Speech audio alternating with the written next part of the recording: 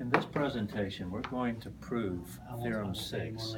And Theorem 6 says that if E is a compact set, and if F is continuous on E, then F is necessarily uniformly continuous on E. In particular, any continuous function defined on a closed and bounded set E in N space and taking values in M space is uniformly continuous on E. Our strategy in proving this theorem is going to be an indirect argument. In this case, utilizing an indirect argument, we're going to assume that if F is not continuous on E, then F is not necessarily uniformly continuous on E. At the end, we'll reach a contradiction, which will in turn prove our Theorem 6.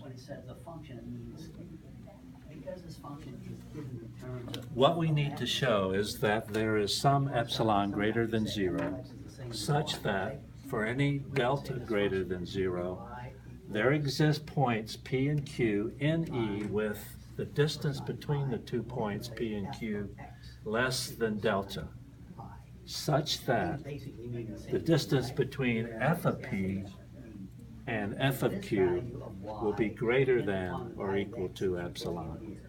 If this is true, then we could produce a pair of points in E, such as P sub n and Q sub n, such that the distance between P sub n and Q sub n would be less than delta, and we're going to take delta as 1 over n, such that the distance between F of P sub n and F of G sub n will be greater than or equal to epsilon.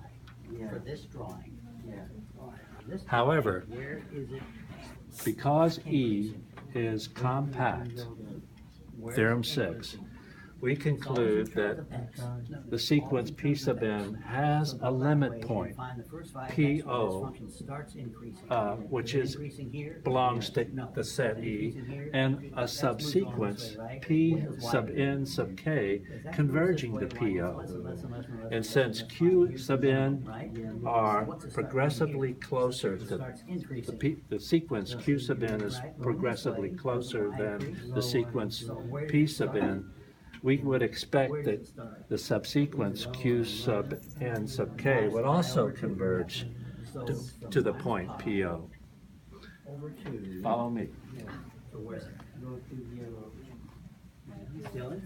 Indeed, the distance between the subsequence point and the point PO in the set E would equal to, we're going to use a little mathematical trick here and add and subtract the points P sub n sub k plus or minus, so that we can separate and join the subsequence points Q sub n sub k and P sub n sub k.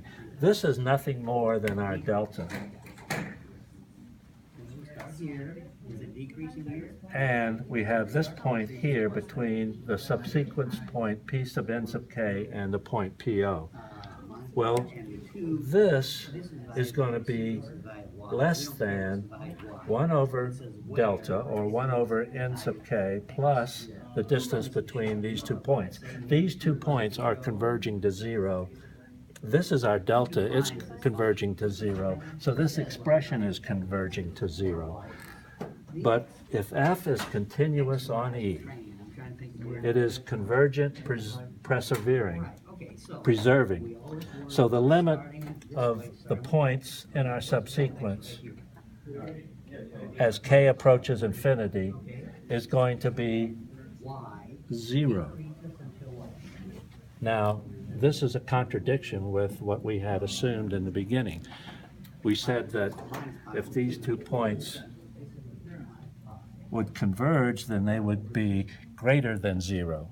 Thus, we have a contradiction, and our assumption was incorrect. Therefore, Theorem 6 has been proved.